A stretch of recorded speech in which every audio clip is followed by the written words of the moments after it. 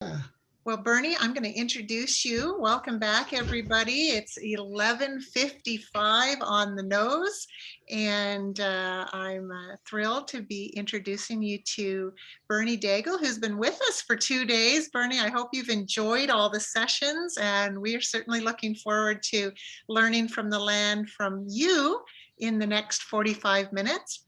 You're sharing your screen, and Bernie comes to us from NRCan, Natural Resources Canada. He's also an amazing Envirothon teacher, forestry sections to those who are in Envirothon, and just a shout out to environmental students watching. It's a wonderful program to get involved with, and feel free to drop me a line if you'd like to hear more. So there, a little plug for Envirothon, and Bernie, we're all yours. Yeah, I have learned a lot over the last couple of years. It's great to hear everybody share their knowledge with us. Before starting, I just want to something that I got from Jamie's last presentation, porcupine, and his name, Mudwest. It's actually a word that I was familiar with growing up as an Acadian. I grew up in Ushibukto, which is pretty close to Elsipogtog. And Acadians used Mudwest when they were talking about the porcupine. And for a long time, I thought that it was maybe an old Acadian word. I knew that there was another word for Mudwest in French and in English. Um, but we used to call it that. And we've lost a lot of the old Acadian words. And I've heard reference to that with the Mi'kmaq and the holistic way languages. But another word that I'll share with you right now, I don't have a long list of words that I know to be indigenous, but the other one was mashqui.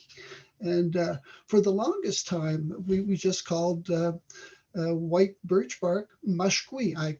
I never called it anything else. So just something that I wanted to share with you. Anyway, it's a pleasure for me to be part of this Learning from the Land series. And as Pam mentioned, I'm going to be talking to you a little bit about trees today. So trees in New Brunswick and throughout most of the Maritimes are in what most people call the Acadian forest region. I'll just use my pointer here on the map. There's quite a few forest regions across Canada, and each one of those forest regions have trees that are characteristic of that region. The biggest region in Canada is this dark green and light green up here. It's called the Boreal Forest region, and it's about 80% of all of the forests in Canada are in that Boreal Forest region. The Acadian forest covers, as you can see here, it's this orange piece.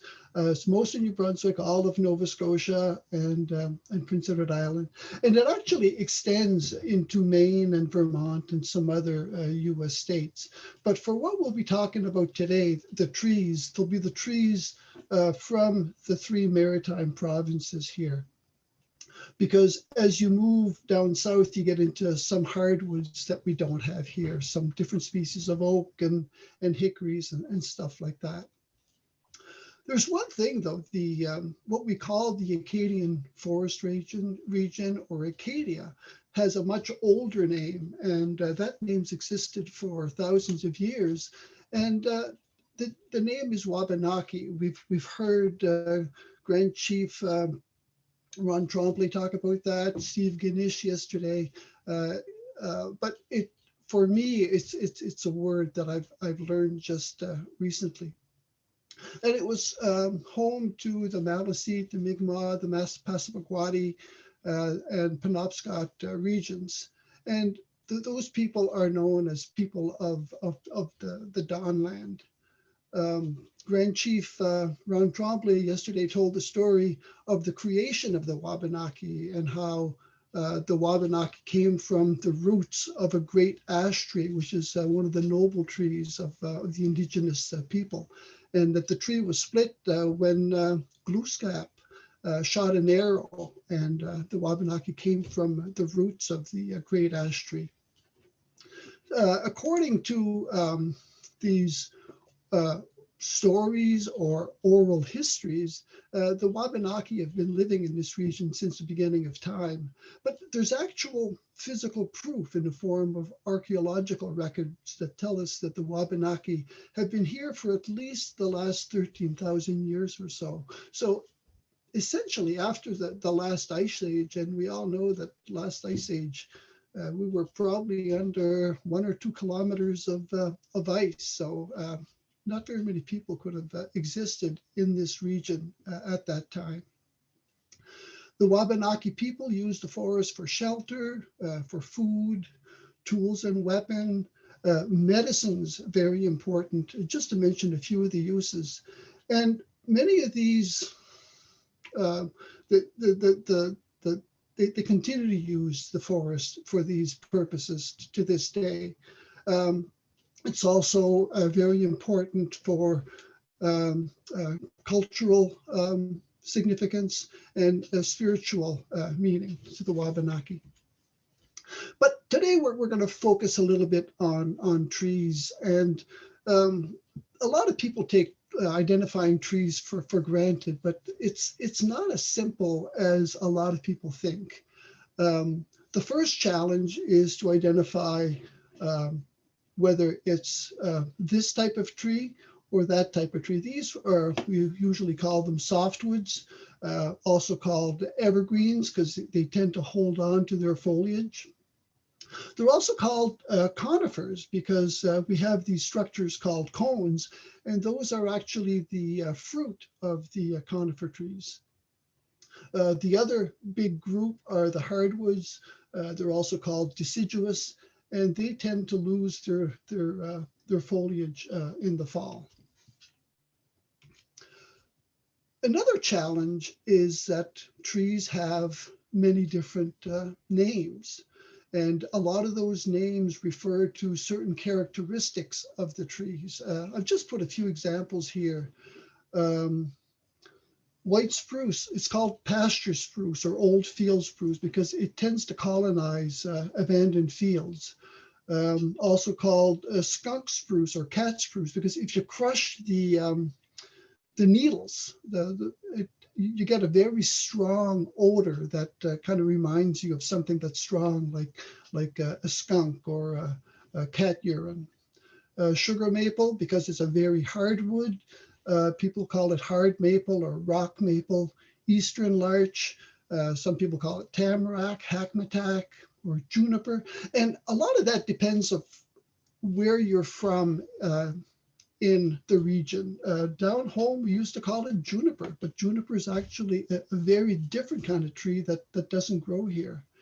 And white birch, called paper birch because of its bark. It's white and it's kind of thin, and canoe birch because it was used in the construction of birch bark canoes.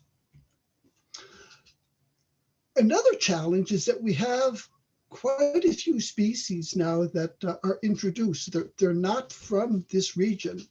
And the example I've got, I'm going to move that there. Here is that of sugar maple and Norway maple. And if you look just at the foliage, which is usually the first characteristic you think about when you're trying to identify trees, you'll notice that the leaves of the sugar maple and the Norway maple are very similar. They both look like the leaf that's on the Canadian flag. So it can be easily mistaken. But if we start looking at other characteristics, this structure here is the fruit of the maple tree. It's a structure called a samara. And I know that when I was young, we used to toss these up in the air and watch them spin to the ground. And that's the way that the maple trees are able to spread their seed. These wings help to move the seed away from the tree because don't want all the seed falling at the base of the tree because there's already a tree growing there. But the actual seed are in here, in this little structure here. In the sugar maple, it's kind of round. And you can see in the Norway maple, it's quite flat. We can look at the twigs. We're getting into some detail here, but what you want to focus on is this terminal bud. So the bud at the tip of the twig. In sugar maple, it's quite pointy. In Norway maple, it's kind of roundish. It's not just the public that have a hard time with identifying some of these introduced species.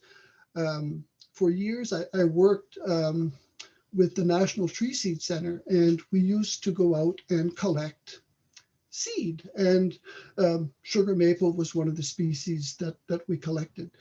And I got a call from an individual one day, and he said that he'd collected some sugar maple seed and wanted to know how he could tell whether they were good seed.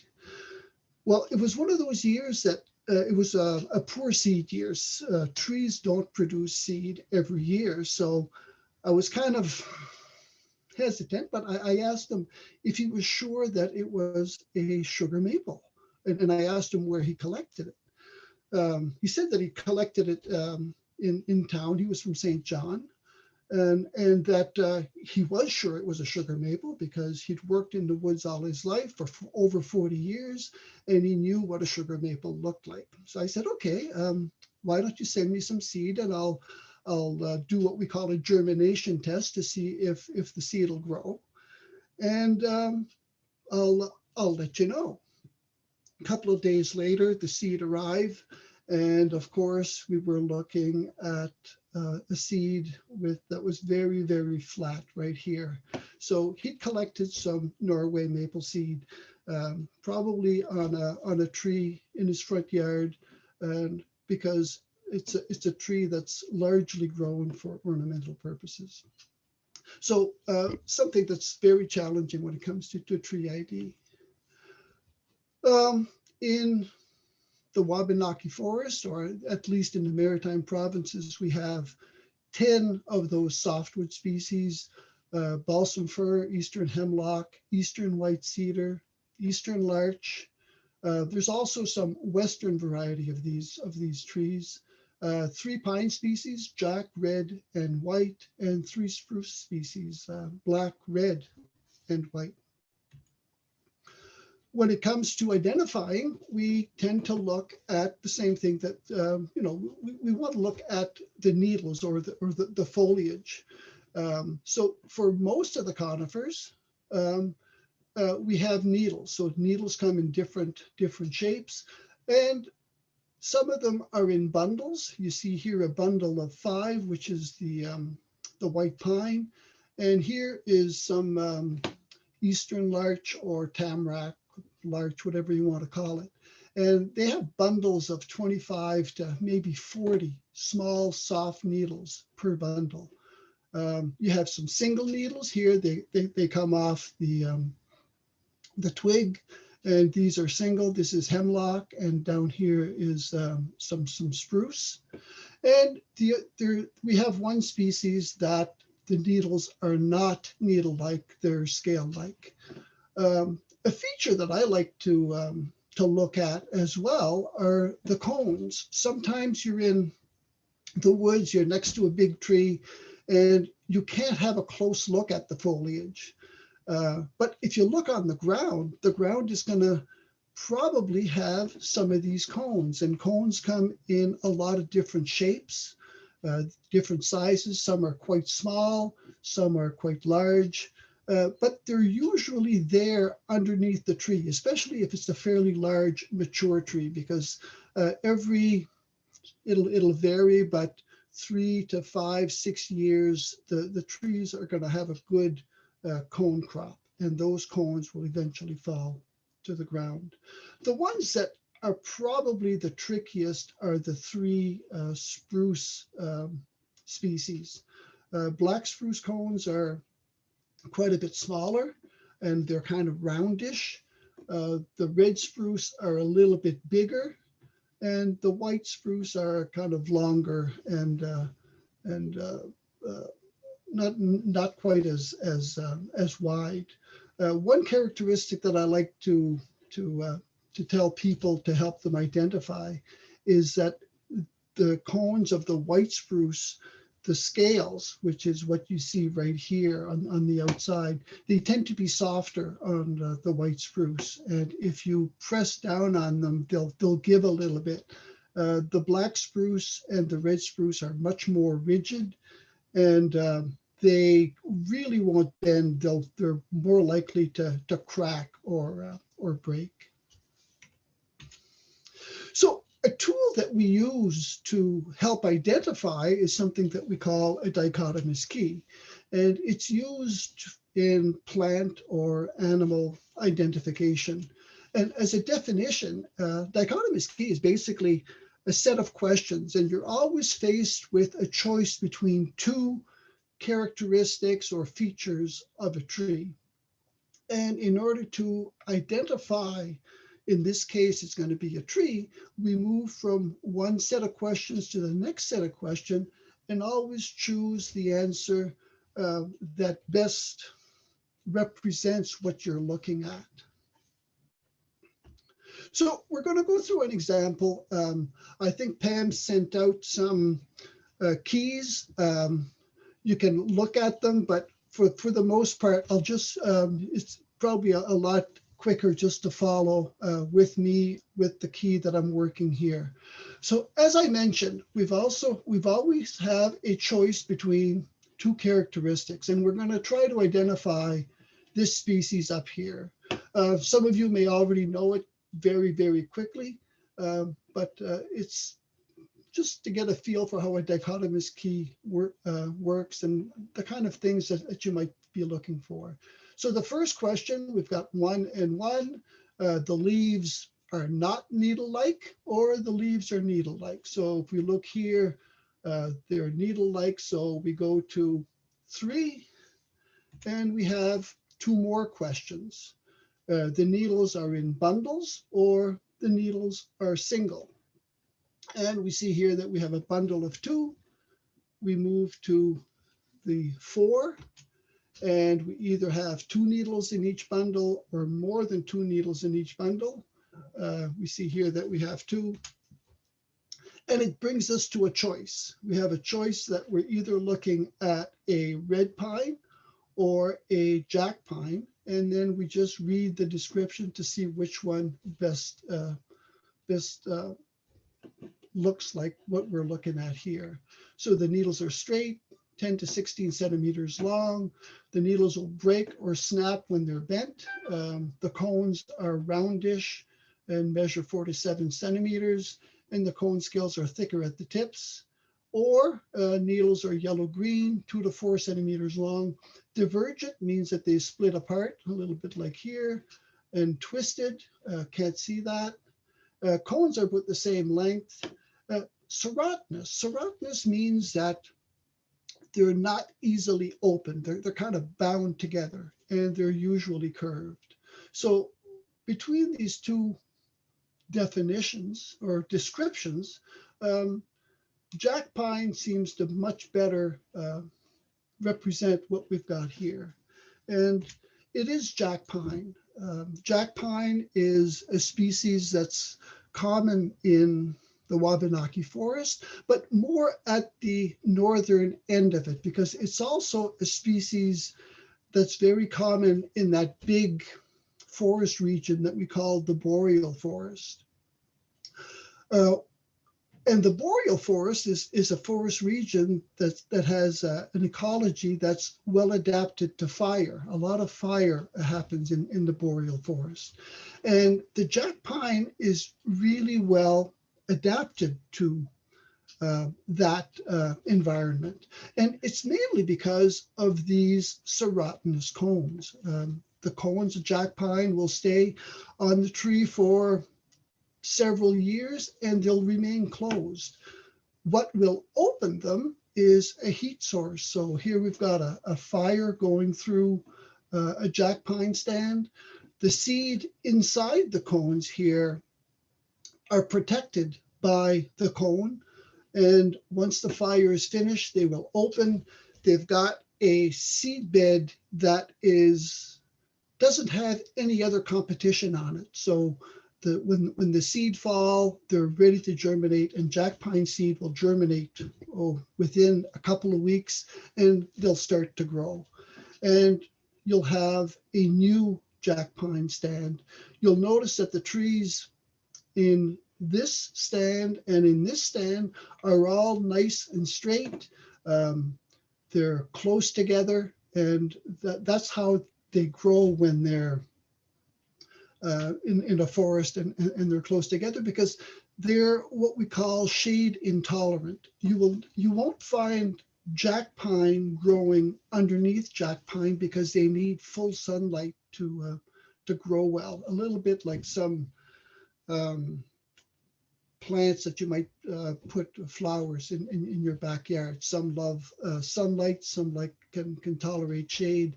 Same thing with a lot of the tree species.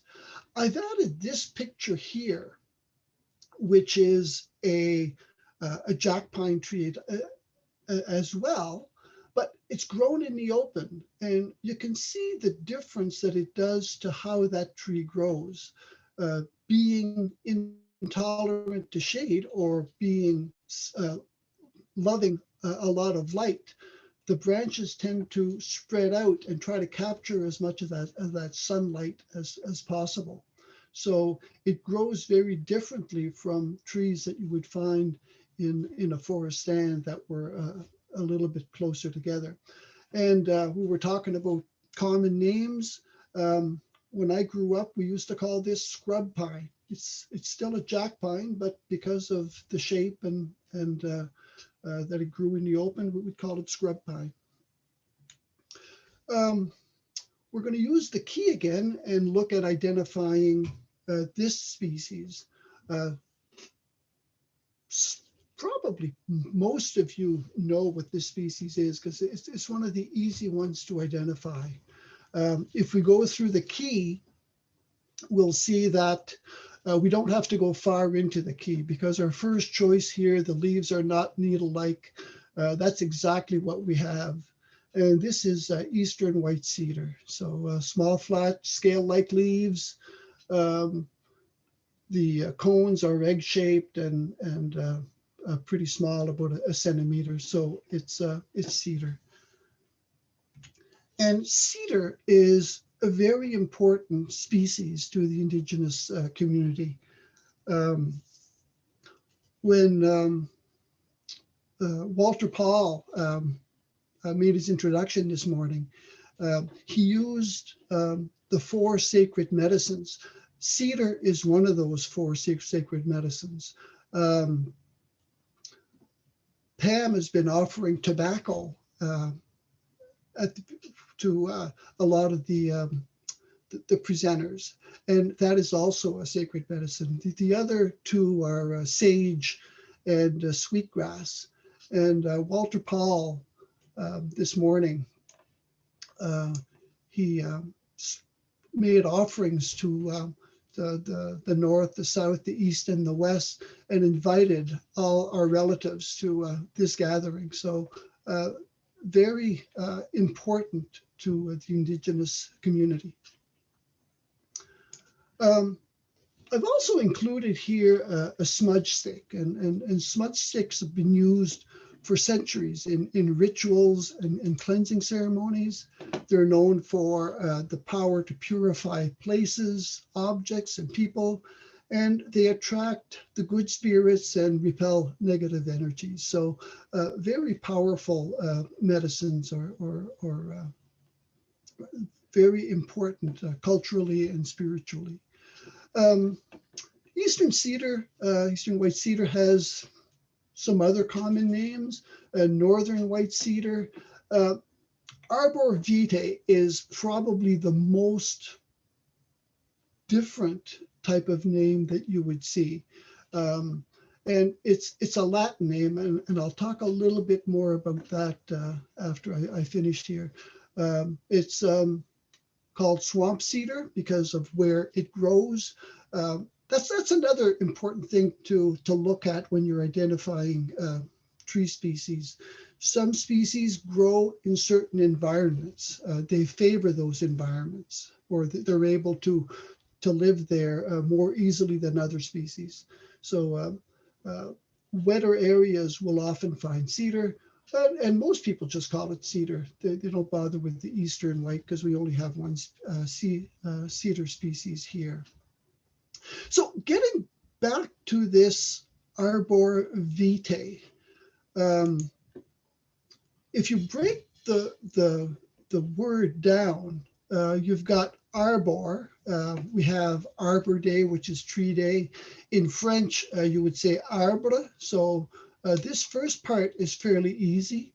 Vitae, vitality. In French, you can see the word vie in here, which is life. So it was called the tree of life, and it was given that name by a French explorer named Jacques Cartier. And many explorers suffered from a disease called scurvy, and that was a deficiency in vitamin C. And the indigenous people shared their knowledge and their medicine with the earlier explorers and the settlers.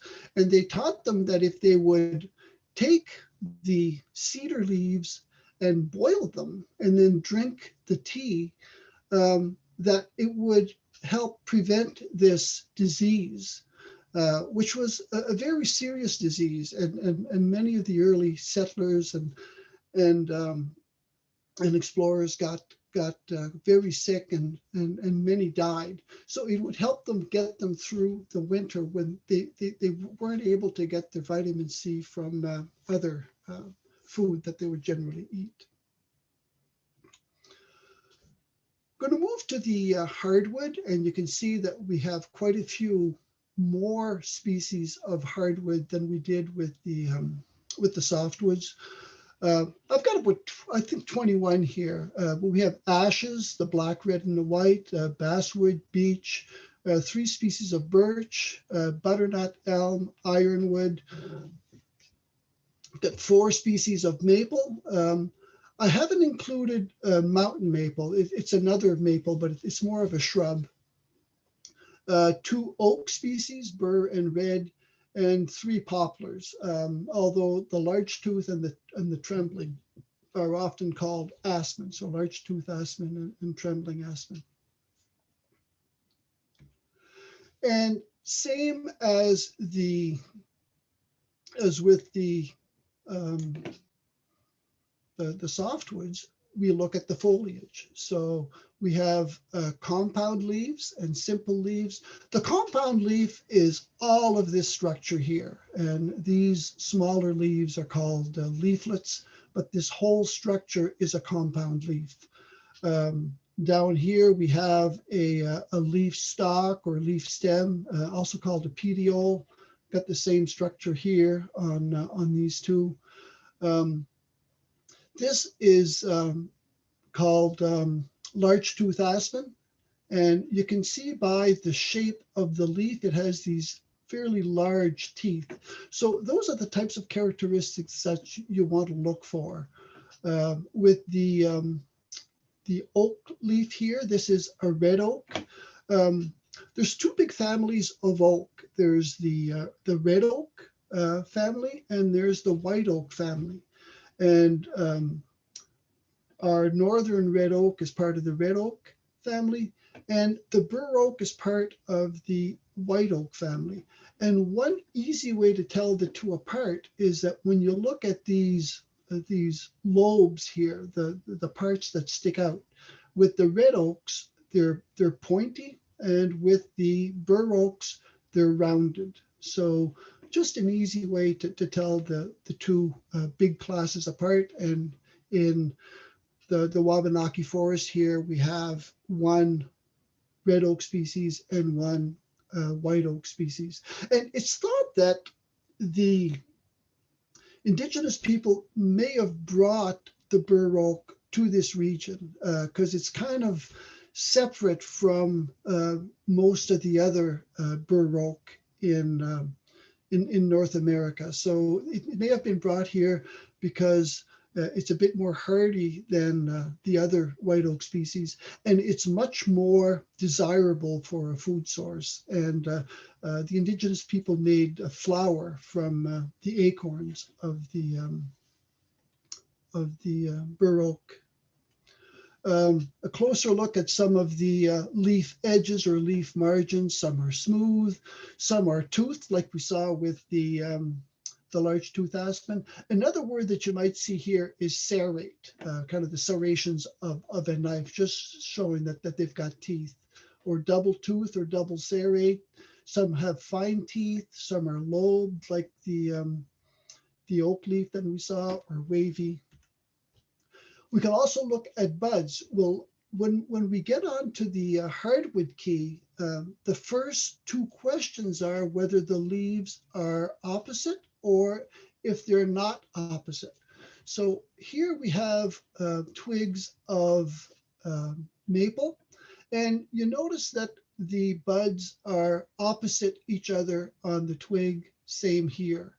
Whereas the alternate, or the ones that aren't opposite, um, you don't have another bud here. So this is a beech twig. This here is a red oak twig, and you see that these are not opposite.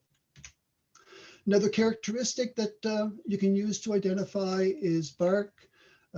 This is yellow birch, quite kind of a golden color of bark.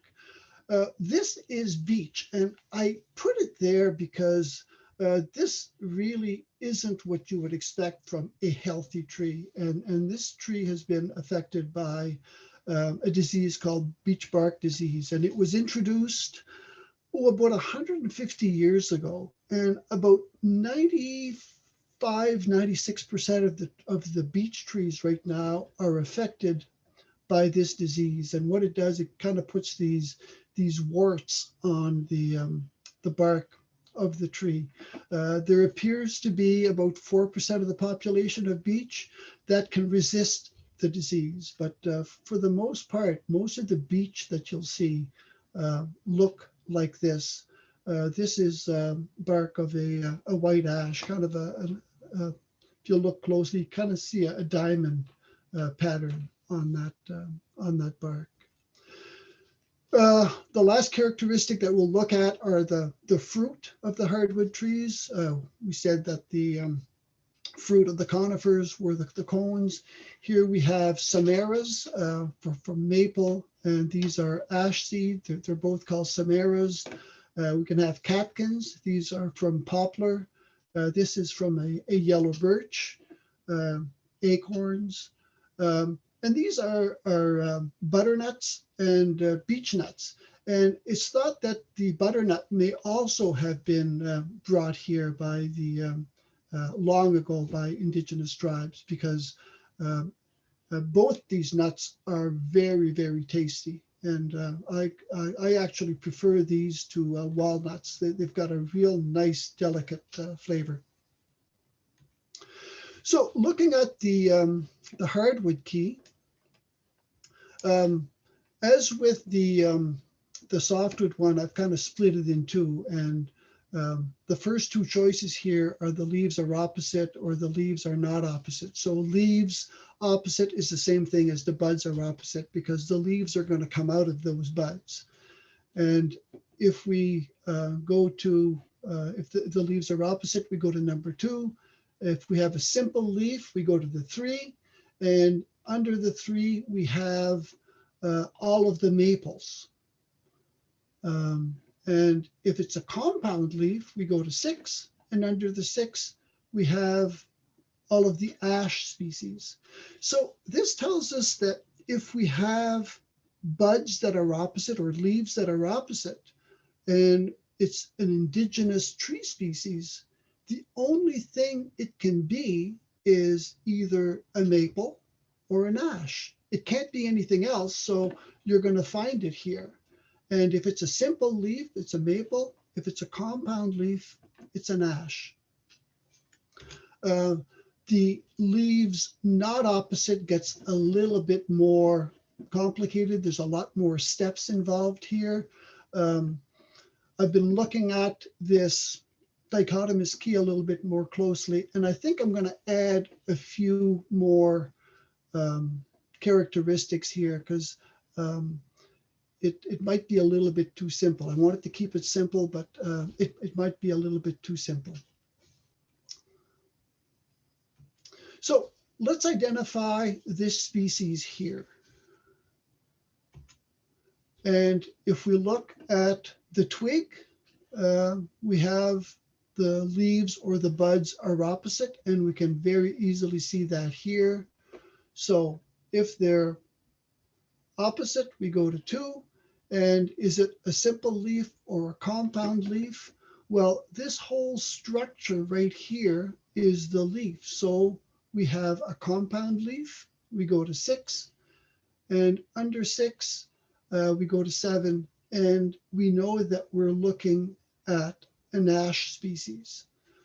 And the description, because it's all the same species, a lot of it is similar. So they all have between 5 and 11 leaflets. On this one here, if we wanted to count them, we'd have 1, 2, 3, 4, 5, 6, 7. This one over here would have 1, 2, 3, 4, 5, 6, 7, 8, and there's probably a terminal leaflet over here. But that doesn't tell us a whole lot. It tells us that it's probably not white ash, but let's look at some other features. The leaflets are not stalked, or the leaflets are stalked. So we have the white ash and the green ash have stalked leaflets. The black ash doesn't. And what we're talking about, the leaflets not stalked, we're talking about the presence or the absence of a leaf stem or a petiole. And we can see here that there's no leaf stem. So what we're looking at here is a black ash. And there's also ways to identify it with the twigs. The bark is like one of the common names is brown ash, mainly because of the color of the bark, especially when the tree is a little bit younger. So there's different characteristics. Black ash is very important to the indigenous communities. It's best known in basketry, and you can see some excellent examples of it here. Also used in construction of barrel hoops, snowshoe frames, canoe ribs, and a variety of other materials. Black ash and white ash both have a straight grain, and the black ash is actually a very flexible wood. White ash is a lot stiffer and harder, and it's used for baseball bats, hockey sticks, tool handles, stuff like that. But a lot of crafts people with the indigenous community take the ash, and they can separate the growth rings that you see here by beating with a hammer or the back of an axe, and it'll split them. Then they go through a process of refining those strips, making them more narrow, all of the same thickness, and they come up with some nice even strips that they make into these beautiful baskets. Before Christmas, we had a presentation with Elsie Bookduck, and Joe John is an elder, and he gave the welcoming remarks. He's also a master basket maker, and there's a YouTube video featuring Joe John. So if you're interested, it's a bit long. It's about 40 minutes, but it goes through all of the steps. It's really well made, and you just Google YouTube Joe John black ash, and it'll take you right to that YouTube video. I can't talk about ash without talking about this little critter here, emerald ash borer. And it poses a very serious threat to all of our native ash species, including black ash. It was first found in North America in 2002, and that was around Detroit, Michigan, and Windsor, Ontario. It's since then it's spread like wildfire. It's in about 35 U.S. states, the last I heard, and it started in Ontario. It moved to Quebec, then Manitoba. In 2018, they found it in New Brunswick and around Edmundston, and since then they found it in Halifax, in Oromocto, New Brunswick, in Moncton, and just last year in Fredericton. It's a particularly hard one to deal with because the adult here, which is kind of a pretty beetle, it's going to lay its eggs on the bark of ash trees, and the life stage that does all of the damage is this larvae. And because it's underneath the bark, you don't see it, and it'll often go unnoticed for years before the tree starts to show signs that it's been attacked by the emerald ash borer. And what these larvae do, you can see the feeding galleries underneath the bark here. And what that does, it basically cuts the circulation of the tree, and it'll lead to death. And by the time that comes about, the population is already quite high and almost impossible to get rid of. This is the last one that we're going to do. I'm not sure how my time's going, but this is the last one I have. So we're going to look at identifying this one, and I'm going to flip back and forth between these two because of the key. So the first thing we want to notice is this twig here, and see that the buds are opposite. So we have the leaves are opposite. We go to 8. And is it a compound leaf or is it a simple leaf? We can see here that this is a simple leaf. There's only one leaf there. So simple leaf, we go to 9. And we have this feature on the edge of the leaf. Is it double tooth or not double tooth? If we look at the leaf, we see we've got some teeth. Got a tooth there, one there, one there, one there, and we have some teeth in between. So that means that it's double toothed. So we go to 10. So leaf shape is a leaf shape triangular? If it is, it's gray birch, or not triangular. This shape is more oval or kind of egg-shaped than triangular. So it is not triangular. And then we go to 12. The underside of the leaf is rough. Unfortunately, we're not in the field. We can't determine that. The leaf base is asymmetrical, and I had to put an example here. This is an example of an asymmetrical base of a leaf. This is the leaf of an L, and you can see this is the base, and that this side and that side aren't quite the same. So that means it's not symmetrical. If you look at what we're trying to identify, this leaf is symmetrical. It's pretty close to the same thing on both sides.